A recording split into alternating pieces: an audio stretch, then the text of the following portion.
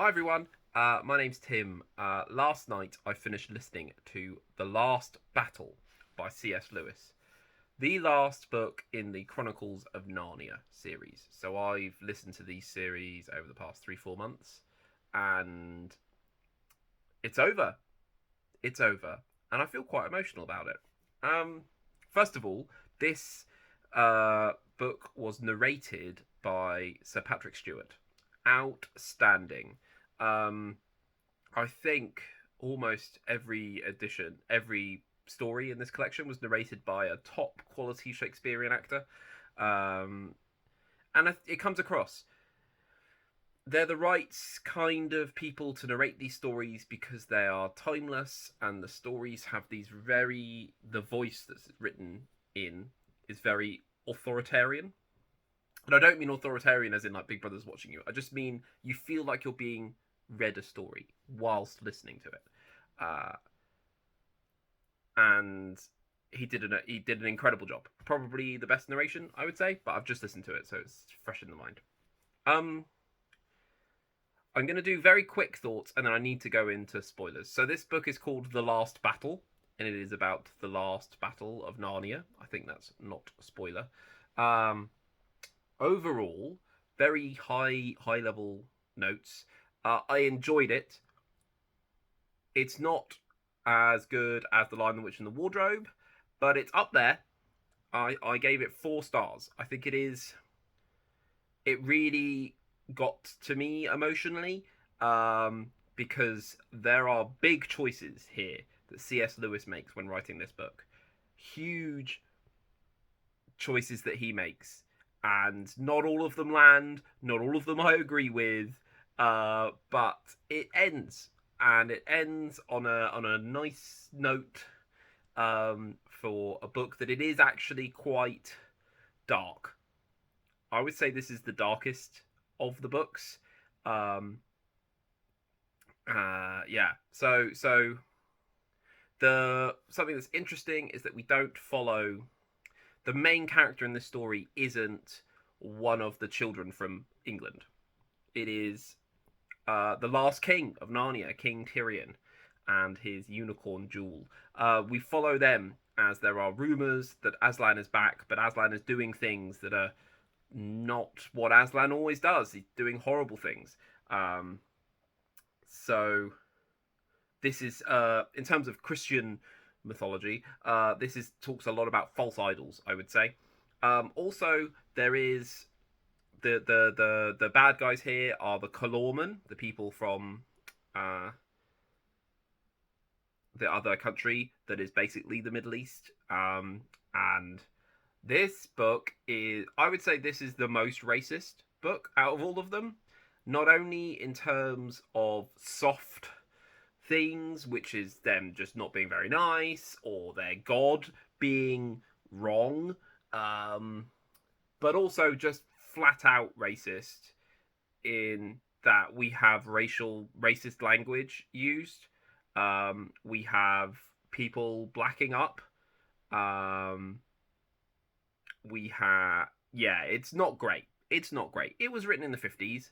I get that, and I didn't that didn't inhibit my reading of it, but I wouldn't. I would need to be very careful how if I read this to my kids. Um, I need to be really careful about that. Like I just wouldn't. I just miss out words and I'd rephrase things. Um, yeah, that's what I would do. Uh, yeah. So overall, 4 stars. Now, spoiler warning. Spoiler warning for a book that is like 60 to 70 years old. I think it's 65 years old. Spoiler warning. Spoiler warning. Spoiler warning. Holy crap, guys! All the kids are dead. What?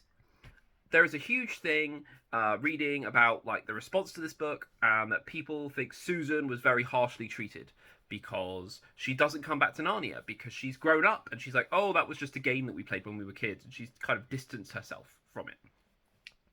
So she doesn't get to go to heaven at the end, or we don't. She doesn't get to go to heaven with everybody else. Um, I think she does okay out of this because she lives a life on Earth She might have a family. She might whatever. But everyone else is dead. Everyone like Peter, Edmund, Lucy, Eustace, Jill, Diggory, Polly, they're all dead. They all die in a train crash. What? It's so upsetting. I got really emotional when I realised that they were dead. Or I thought oh my god, they're dead. Oh my god, they're dead. And then Aslan reveals it at the end, and it's meant to be a good thing. They're dead. What? Yes, they get to live life in heaven, and they go on adventures, and it's meant to sound really hopeful, but I found it really depressing and upset. I got really upset because these people did not get a chance to live lives. Yes, they live a life in Narnia, and that's great, but just make them live full lives on Earth, and then when they die, they turn back. They arrive in heaven, Narnia, as their children selves. Do that, and then they get the best of both, rather than just dying at the age of like 11, 12 years old in a train crash. What? Yeah, so that shocked me. Huge shock. It's quite emotional reading about how Narnia is destroyed.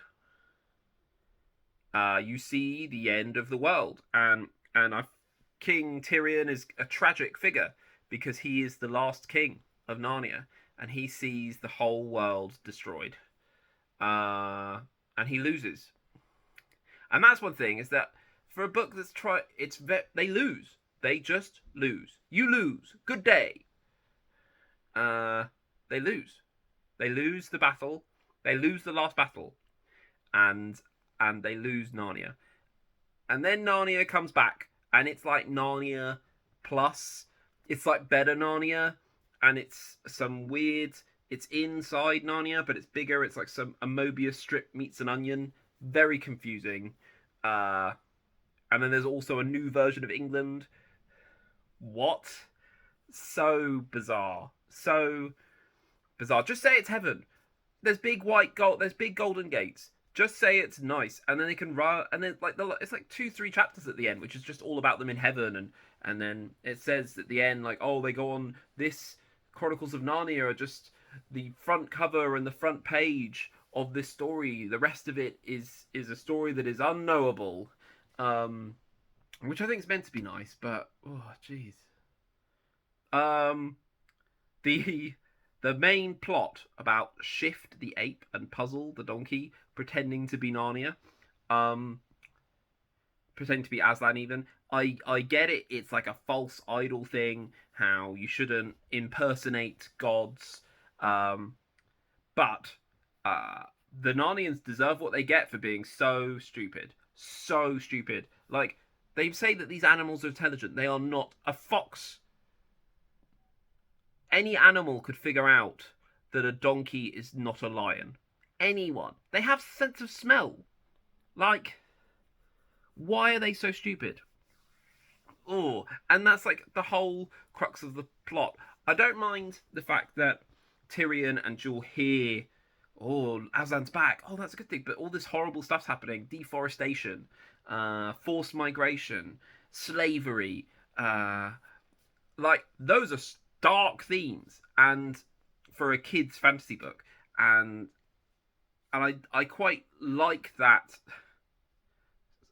Let's make sure I phrase this properly. I like those themes being explored in a book for the bad guys to be doing, and how easy that something can happen, and you hear about it through rumors and things like that. I quite like that because it's like passed doubt on Aslan. But those people there in that little clearing where there's an ape who says he's a man, but then everyone calls him an ape, and he calls himself an ape, and he's an idiot, and he gets drunk, and he's like, oh, I talk for Aslan. And it's like, well, show him then. They only show him once. Like, what is? They're so stupid. They're so stupid. That was frustrating. I did like how Shift and the Kalorman were both pretending to work together, but both trying to do each other over as an alliance. I enjoyed that. Yes, all the racist stuff is very bad. I didn't like how Aslan there's the one good Kalorman.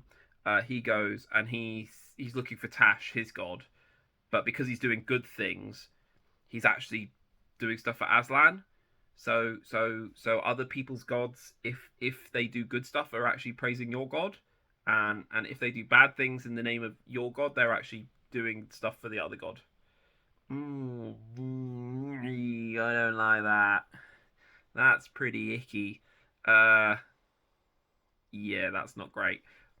So I like the fact that we hear about the rings. We see the tree that was planted in the magician's nephew. We see Father Time from Silverchair, I think it is, when they go underground. Seeing Narnia be destroyed is not nice to hear, not nice to experience. So it's such a downer, this book, and the thing that I don't get is the thing that's not meant to be the thing that's written as if it's not a downer, but for me is the biggest downer of all, is that all the kids are dead. It's like Lost. All the kids are dead. They are dead children. That is not a good thing. Dead children is not good. Yes, they get into heaven, but they don't get to experience a life on Earth and have families, and that's not good. That is not a good thing. So don't do that. And people are like, oh, but Susan doesn't get to go into heaven. Susan, everyone, oh, the trouble with Susan, the problem with Susan is that she moves on, and yeah, she gets to live a life. Am I a heathen? Is that what this is? Is that why I'm on Susan's side? I would rather live a life than die as a kid in a train crash. Is that wrong? Am I wrong for thinking that? Wow, yeah. So what a way to end the Chronicles of Narnia series. In a way that is depressing and dark and dreary. Oh, and you've got the whole dwarfs. I forgot about the dwarfs. So they rescue the dwarfs, and then the dwarfs, I'm guessing, become atheists, and go off and just decide to be atheists. So instead of in heaven, they end up in purgatory, which is the barn, and anything they eat and taste. That's pretty horrible. That's pretty horrible. But the dwarfs use a lot of racist language, and they shoot everybody. Like, why are they shooting people? I don't. The dwarves are for the dwarves. So just run away from the battle then, rather than chill out on the side and just shoot everybody. Ah. Whew. So, as you can see, this book really got me emotionally. I feel very passionate about it. Lovely voice crack there. Um, so it made me feel something. That's a good thing. Are all these feelings good? Are all these feelings nice? No, they're not. So I don't really know how to feel about this. I gave it 4 stars because I think it really affected me. More than other ones, which I found very like, oh, cool, this stuff's just happening because it's Narnia and it's magic, and it doesn't really matter. And oh, look, there's a Jesus thing. Well, this really affected me because you see the end of the world, and you see children die, and that is not good. So, yeah, that's it. That's my journey with Narnia. In terms of how I would rank, Lion the Witch and the Wardrobe is the best by far. You could read that and not read any of the others. Honestly, you could be happy with that. I listened to them all because it's very easy to listen while driving and doing washing up and things like that. And the narration for every book was brilliant. So yeah, I'd recommend the audiobooks. Yeah, so I'd have that. Lion the Witch and Wardrobe is way up here. Everything else is kind of around here and then the bottom. So what's the next best one? Prince Caspian is probably the bottom for me. Then let's go work up from the bottom. Horse and His Boy. Then I quite like the Silver Chair. Then I've got the Magician's Nephew. Then Voyage of the Dawn Treader I liked. I really like Voyage of the Dawn Treader. Then The Last Battle. So I'm going to reorder my... Didn't you see where my hands were? This is a clear system of things. So you've got Lion the Witch and the Wardrobe. Voyage of the Dawn Treader, Silver Chair, Last Battle, Magician's Nephew, Horse's Boy, Prince Caspian. There we go. That's my order. Anyway, I hope that you take from this what you want. And if you enjoyed me getting quite emotional and insane, give this a thumbs up. Comment below what you thought of The Last Battle. I was reading about how some people read it as a kid and then have never touched it again. And they've reread every other book in the series multiple times and have never touched this. And I completely get that. I don't think I will ever read this again. And if my kids are like, oh, I'm into Narnia, I'll read them The Lion, the Witch, and the Wardrobe. And that's it, I think. Anyway, I'll see you soon. Goodbye. Goodbye, Narnia. Goodbye, YouTube. Now get out of my house.